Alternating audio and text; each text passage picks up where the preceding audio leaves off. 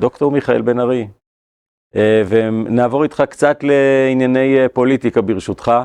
אנחנו כבר אחרי תקופה ארוכה של, ברור שהשמאל והקפלניסטים הם קוראים לבחירות, אבל גם מימין יש דיבורים, והשאלה איך אתה רואה את התנהלות הממשלה, התנהלות הכנסת בתקופה האחרונה, ומה הגישה שלך לדבר הזה? תחשבו טוב מה יקרה אם מחר בבוקר ערוץ טוב יפסיק להתקיים. אנחנו מתמודדים היום עם הרבה מאוד פייק, והרפואה תבוא מהערוצים העצמאיים. רק הם יגידו את האמת, לכן אני מתראיינת בערוץ טוב. ערוצים אחרים טוענים שאנחנו הזויים, קונספירטורים. חבר'ה, קראתם את כתב האישום, חשפתי לכם את כתב האישום. תמשיכו לחשוף את הדברים האמיתיים, בלי צנזורה. יש רק דבר אחד שעומד לנו מול העיניים, הזהות היהודית של עם ישראל בארץ ישראל. אם אזרחי מדינת ישראל, הפטריוטים שאוהבים את המדינה, ייתנו לנבחרי הציבור שלהם את התחושה שערוץ טוב, ערוץ 14 וגלי ישראל הם כלי הביטוי האמיתי שלהם, בסופו של דבר גם חברי הכנסת יבינו שזהו הנתיב שבאמצעותו הם אמורים לפנות אל הציבור. אנחנו כמעט לבד במערכה התקשורתית המונהגת על ידי מהנדסי תודעה של רעיונות השמאל הקיצוני והפרוגרסיבי. אז האזרחים צריכים להקשיב לערוץ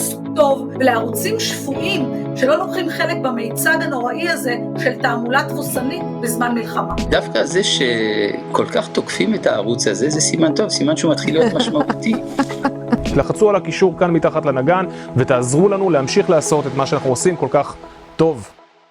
תראה, אני כמו רבים מעם ישראל מצפה שבשעה הקשה הזאת שמדינת ישראל נמצאת בסכנה קיומית, אנחנו נצליח לאחד את השורות מכל הכיוונים, לשים את כל החשבונות הפוליטיים בצד ולהיכנס תחת האלונקה ולא לחשוב על עצמנו אלא לחשוב על עם ישראל.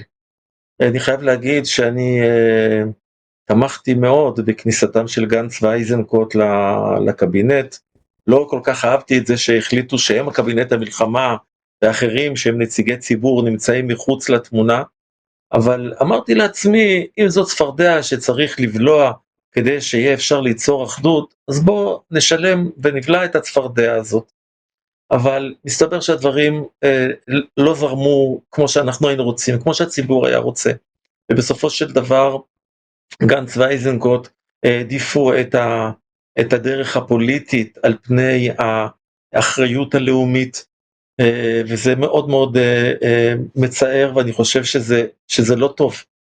אני מכיר את הקולות האלה בימין, שילכו, מי צריך אותם, אני לא מסכים עם זה. אני לא מסכים עם זה. אני חושב שצריך אותם. אני חושב שצריך אותם, אבל נאמנים למטרה, נאמנים ליעד. אם הם באמת הם רק מפריעים ומקלקלים, אז זה דבר שהוא, הנזק שלו רב על התועלת, אבל אנחנו צריכים לשאוף לכך, מסיבה מאוד פשוטה.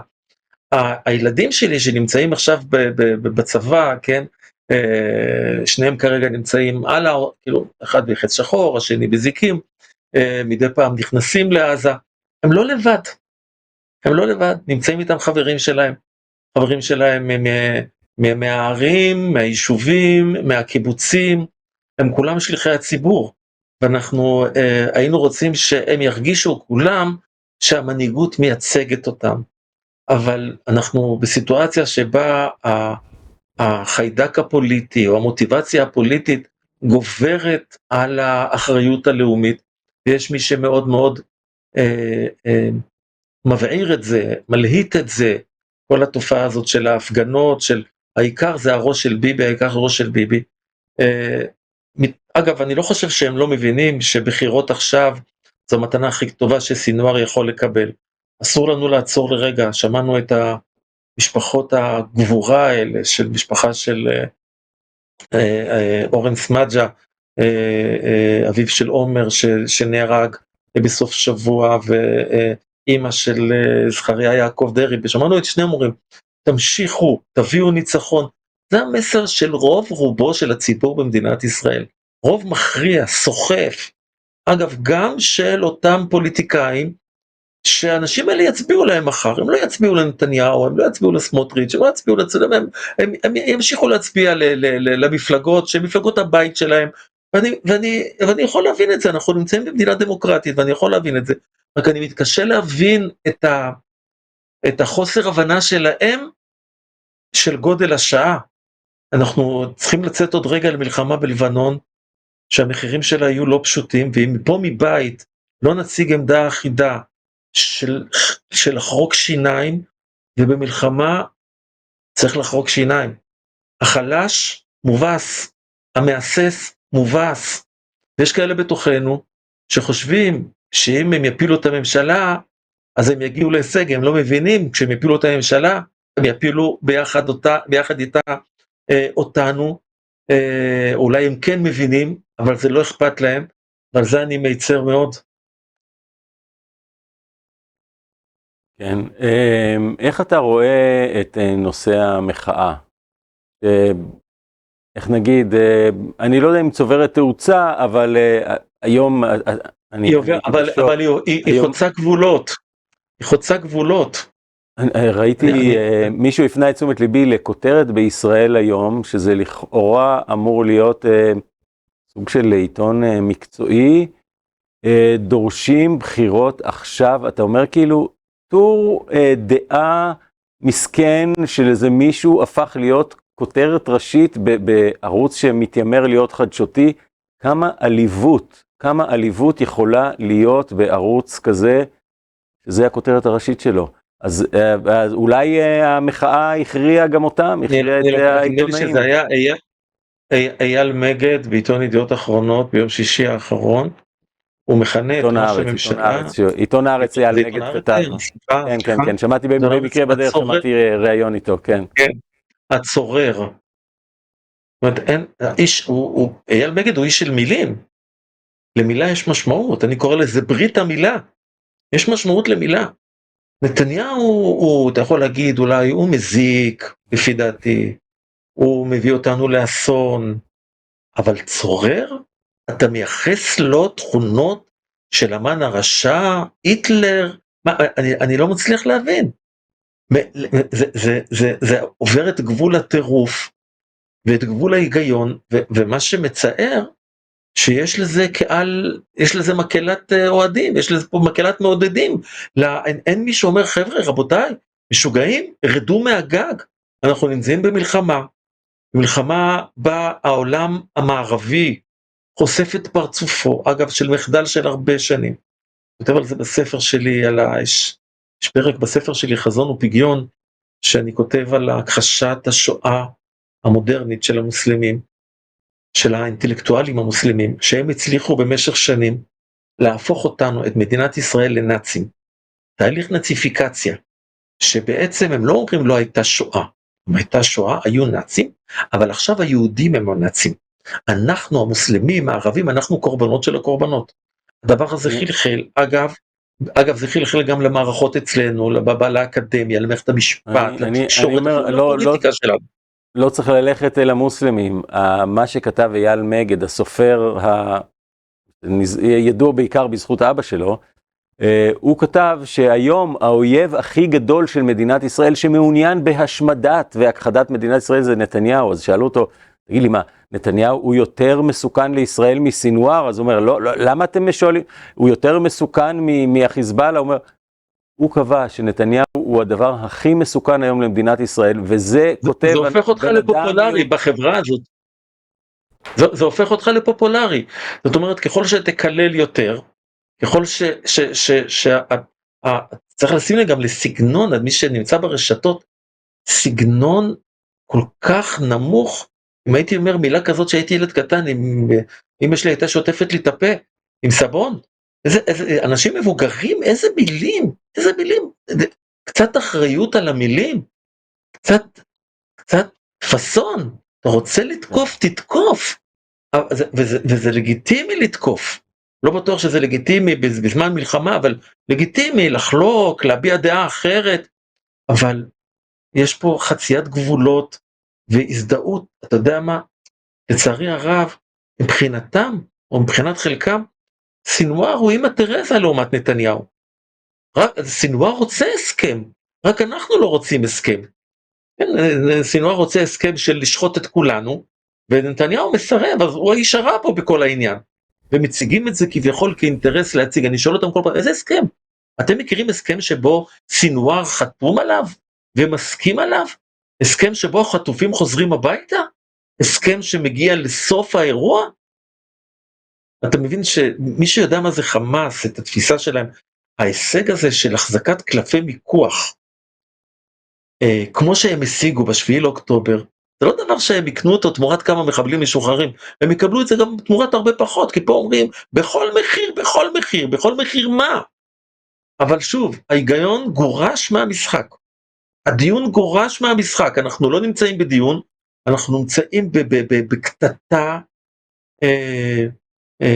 חסרת גבולות, שמקבלת לגיטימציה בתקשורת, מאנשי תקשורת, שפשוט לראות את זה כל פעם, זה מחמיר לב, אבל אתה יודע מה, זה היה מחמיר לב אם זה היה קשור למישהו אחר. הבעיה שזה קשור בנו ובגורל שלנו, בעתיד שלנו, של עתיד ילדינו, של ילדים שלנו שנלחמים עכשיו בעזה. וצריך לומר בצורה מאוד ברורה, מלחמה נעשית מבחינה מורלית. כשהאויב מרגיש על הקרשים, הוא חלש. אתה יכול להביס אותו. כשאתה אומר שהוא רעיון, וסינואר דואג להפיץ את זה בקרב כל הלוחמים שלו, הנוח'בות שלו, הדבר הזה מעורר אצלה מוטיבציה. אז מה גרי, מה אתה עושה? אבל שוב, אנחנו נמצאים בעידן מאוד מאוד בעייתי. ראינו קודם קטע וידאו שבו ראינו את ראש השב"כ לשעבר בתוך הפגנות השמאל שנמצאות, הנה אנחנו רואים את הקטע הזה כאן על המסך, בתוך הפגנות השמאל, ומי שעובד עם החומרים שלו, מצטט אותו ומתרגם אותו, זה ערוץ אל-ג'זירה, שהוא לא מאוהבי ישראל. מה היית אומר לחבר'ה האלה שם בהפגנות, שפועלים בדרך שמשרתת באופן ישיר את אויבינו? אני בדיוק מחפש פה בספר שלי את הדברים של אדון דיסקין לפני ההתנתקות, והתמיכה שלו בהתנתקות, והדברים הכי חמורים, זה שאחרי הבחירות, היה בינואר 2006, אחרי ההתנתקות הייתה בספטמבר, אוגוסט-ספטמבר 2005, היו בחירות לרשות הפלסטינית בינואר 2006, ואז החמאס השתתף לראשונה בבחירות, והם זכו ברוב המושבים. ברוב המושבים, וזו הייתה הפתעה אדירה, למרות שהכתובת הייתה על הקיר, הייתה הפתעה אדירה למערכת הביטחון שלנו, ויובל דיסקין אומר אז, החמאס, אני לא זוכר בדיוק את הלשון שלו, אבל החמאס לא מעוניין בשלטון, הם לא רוצים שלטון, ואז הוא קצת התאכזב, כי מיד לאחר מכן עשו כל מיני הסכמים בין החמאס לבין הפתח של אבו מאזן, היה הסכם מקה, הם הלכו שם, לבשו את הבגד הלבן במסגד הקדוש במקה וחתמו, וכשחזרו בחזרה לעזה, מה עשה החמאס עם אסמאעיל הנייה? זרקו את כל אנשי הפתח מהגגות, הם ברחו כל עוד נפשם בם, כן? ברחו כל עוד נפשם בם, והתברר שעוד נבואה של יובל דיסקין ירדה לטמיון, ולא הנבואה היחידה. אגב, תמיד אני אוהב כן לדבר בזכותו של יובל דיסקין, הוא היה בין היחידים במערכת הביטחון שהתנגד לעסקת שליט. שעמד עם הרגליים האחוריות נגד נתניהו, צריך לומר, נגד נתניהו, נגד העסקה. מי שהתיר את העסקה זה מי שהחליף אותו, יורם כהן. עליו נסמך נתניהו כדי לעשות את עסקת שליט. אז אם דיברנו ככה בגנותו, צריך גם לדבר, להיות הגונים, ולדבר גם כן פעולה אחת חשובה לפחות שהוא עשה, שצריך להזכיר. בספר שלי אני מזכיר, אני מביא את כל הנתונים האלה, כן, מי שלא מכיר, הספר שלי חזון ופגיון, ספר שהוצאתי לא מזמן, שבו יש סקירה מאוד מאוד שיטתית של השער השני, של האחים המוסלמים, הקוד התפעולי של האחים המוסלמים, וכיצד החמאס בנה את העוצמה שלו בעזה במשך שנים רבות, מאל-מג'ומע אל-אסלאמי, מהמרכז האסלאמי ועד איפה שהם נמצאים היום, מדינת טרור שבעצם מנהיגה את העולם המוסלמי נגדנו. זה לא יאומן עד היכן אנחנו הגענו בעניין הזה. מיכאל בן ארי, אנחנו רוצים מאוד מאוד להודות לך על הדברים, לאחל לך ברכה והצלחה. תודה לך. תודה לכם, תודה לערוץ טוב, עבודה נהדרת, ואני גם מצטרף לבקשה מצטרף לבקשה למאזינים, לצופים, תתרמו לערוץ הטוב הזה, החשוב הזה, שמראה דברים שלא תראו במקומות אחרים. ברכה והצלחה. לגמרי, והתרומה נמצאת כאן בקוביית קישור שנמצאת מתחת לשידור. האויב הגדול, השטן מטהרן, ציר הרשע. אנחנו מכירים אותם דרך התקשורת השטחית מהסיסמאות הנבובות. אבל מאחורי כל אלה מסתתרת מעצמה עם היסטוריה מרתקת, תרבות ותפיסת עולם שאף אחד לא טרח ללמד אתכם. ערוץ טוב גאה מאוד להציג את סודות איראן, קורס מרתק ומעמיק עם טובי המומחים בישראל. 12 פרקים מאלפים בהנחיית אלעזר שטרום, עם אליהו יוסיאן, פרופסור דוד פסיג, דוקטור תמר אילם והפרופסור מאיר ליטבק ואחרים. לרכישה עכשיו בקישור כאן מתחת לנגן.